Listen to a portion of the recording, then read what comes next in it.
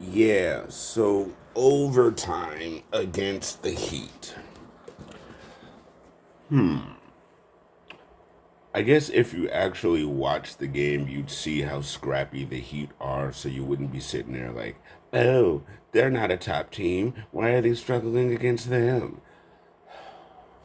There are people out there that actually don't watch games but comment on social media about games, and I find that very interesting because what are you talking for or about if you don't watch?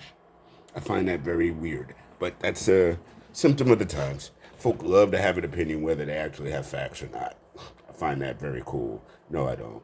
But anyway, the game itself, I'm going to be honest with you. Carl Anthony Towns is struggling. I don't know if you guys have noticed, but in the last few games, his shooting percentage has not been good. But he's still engaged. He's still getting rebounds and doing other things. But that shot is not falling right now for him. And that's a problem because the reason why we struggled in the first place is because he and Jalen both were kind of, mediocre to start the game. They didn't have their flow.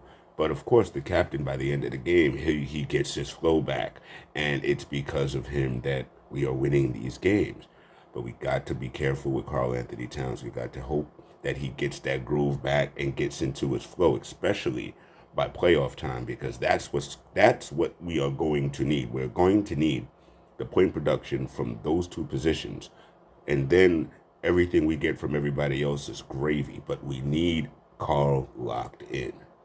Great win in overtime. We got the Warriors next. Let's go Knicks.